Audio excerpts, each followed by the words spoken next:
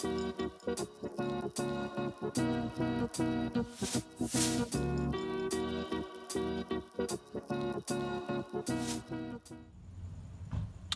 is Scott with Scott's Garage, and I'm sitting inside of my 2000 GMC Sierra 1500. Off in the distance, we have monsoon moisture coming our way. And we'll be working on for a while this GMC. It's been an excellent truck, Vortec engine. Raised our family in it, pulling the camper and stuff. It's a 4x4, and it has about 230,000 miles. I've done nothing to the engine except take care of it, but it's getting weathered. The dash, the upper dash cap on these, they just cracks apart, and it's very common in Phoenix for this to happen because of the heat. However, I know it's a common problem throughout the country, and so the dash cap is something that I've ordered, and I'll be replacing that. I'll be walking through a video on that. I am also going to put in a double DIN radio. So this came with a DIN and a half radio.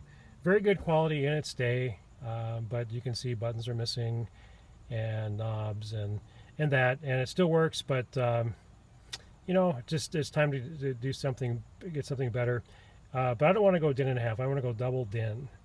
And I know you can buy kits for like $150 or whatever, and you know, get a new bezel that fits the double DIN.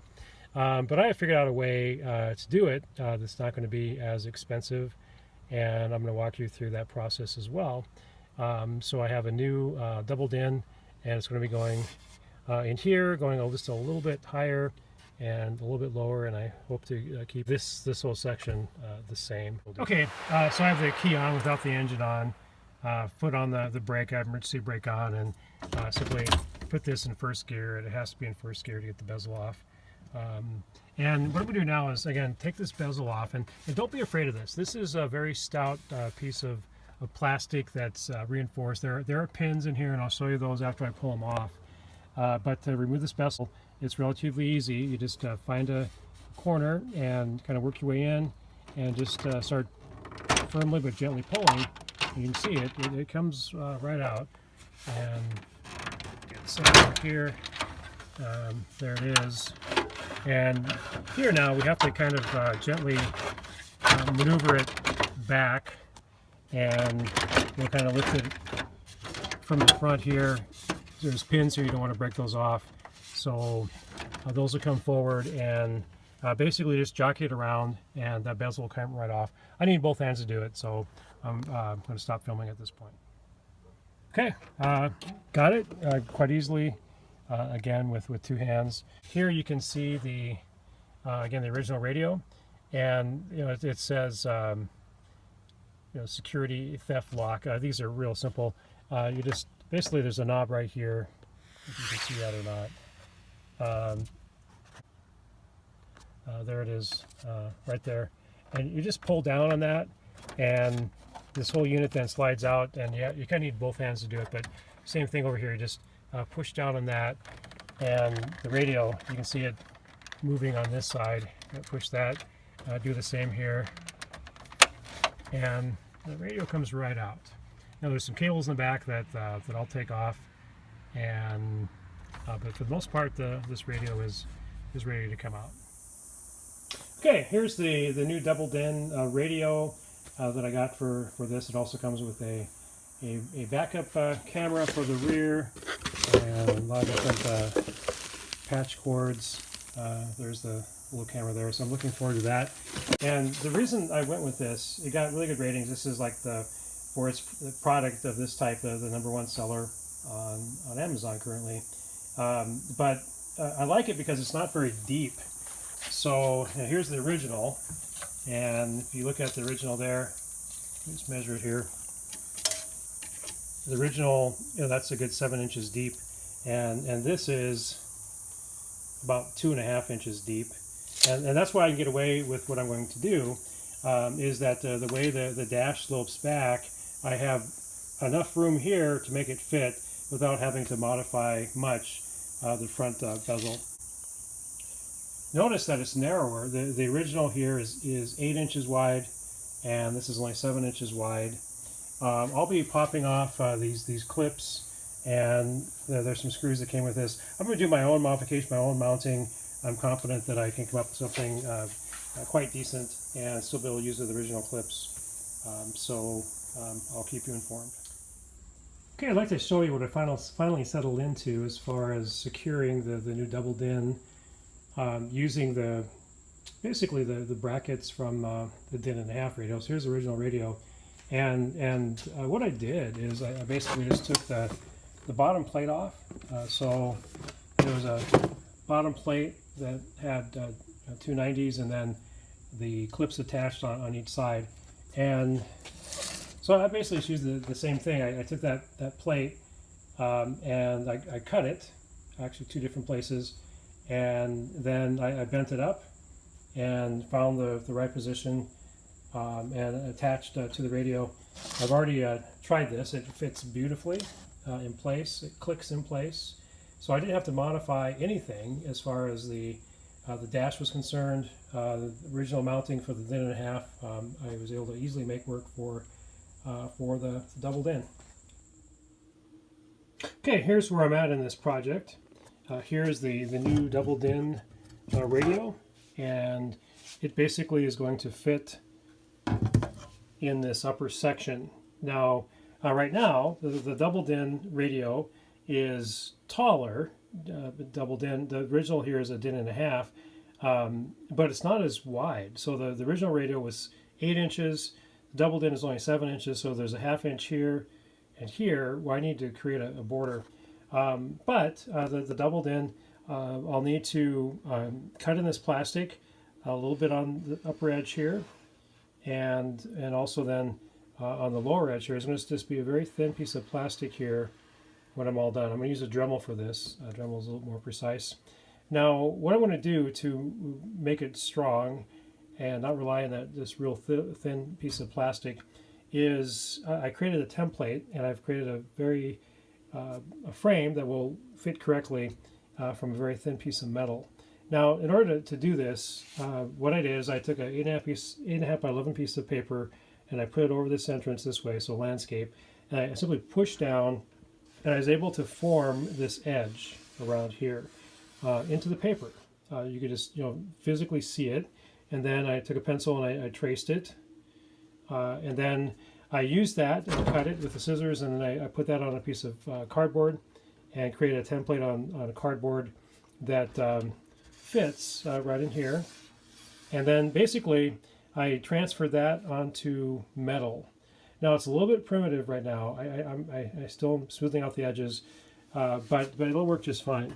So here is the metal that I cut out, and it will fit in here. And basically what I'm going to do after I cut the plastic here is I'm going to glue this in place. And I got to smooth out the metal too, but once that's all smooth and prepped, I'll glue this in place. And then I'm going to take Bondo, and the edges here I'm going to fill in with Bondo and sand it down. Try to make it look like just one piece of plastic that I don't want this to be real noticeable. And then once I do that and sand it, then I'm going to clean the whole thing and spray the whole thing with a little bit of texture so it's even, and then paint it the dark charcoal. So basically the metal will reinforce the plastic underneath, and it'll work just fine. I can keep the original controls down here, the same location. It'll work great. Before I cut the plastic with the Dremel, I want to point something out here. If you see my marks on here, it looks like it's not level, but actually it will be. The dash, the way it sits in place, if you will notice that on this top edge here, on the right side, it's not as wide right in here as on the left side. Left side, it drops down more. So the original radio too, when you have the bezel out, it looks like, oh, that's not level. But when it's in place and it's in the dash, it actually, the radio is nice and level.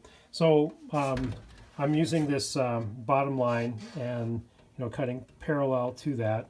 So when I'm done here, it's going to look like you know, this line is not straight, but it is. It'll fit in there just fine. Okay, here's the metal frame. I'm satisfied with it. I have smoothed it out enough. I mean, it's still, you know, rough and stuff. It'll be fine for what I'm doing. You can see here again where I cut the plastic, so it widened it this way, made it taller, and the metal frame will fill in here and here.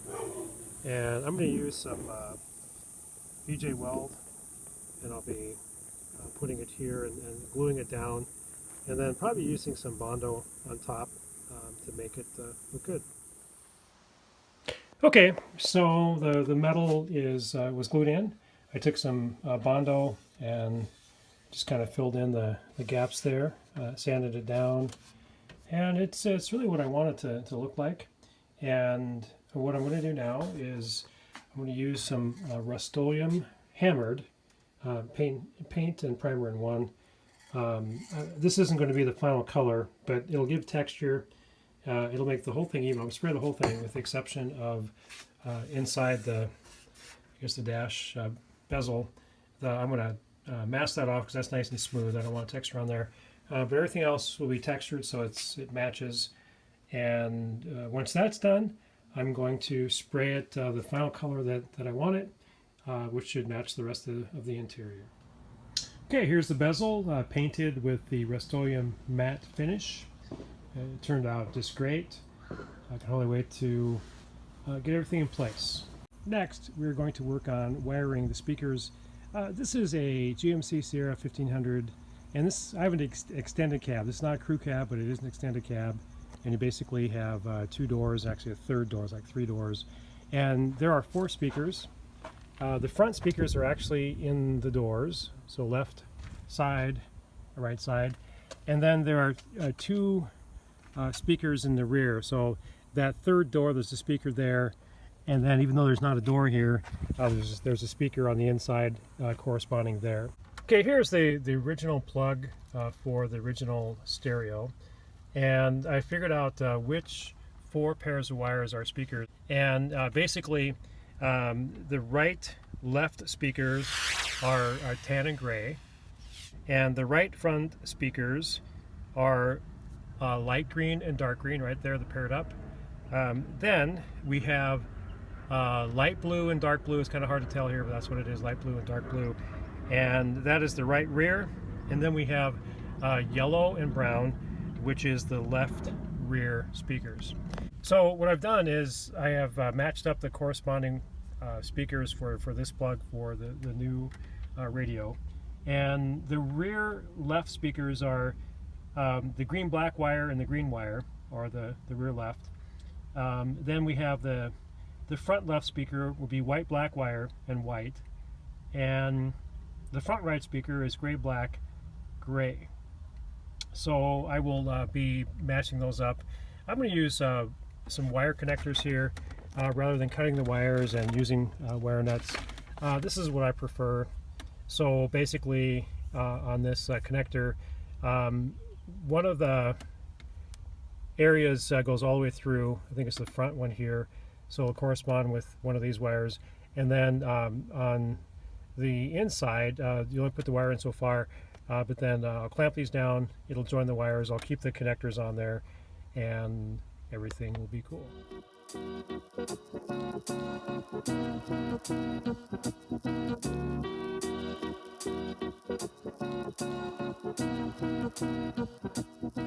Alright, I got everything hooked up. I have all the speakers up here tied into the corresponding wire harnesses and power and auxiliary power and ground. The screen comes on, and so I want to test it now and make sure the speakers work. And I just hooked it up to Bluetooth, so now will be the proof and see if everything works correctly. So I think I'm going to use Google Play, and one of my favorite artists as far as background music for YouTube.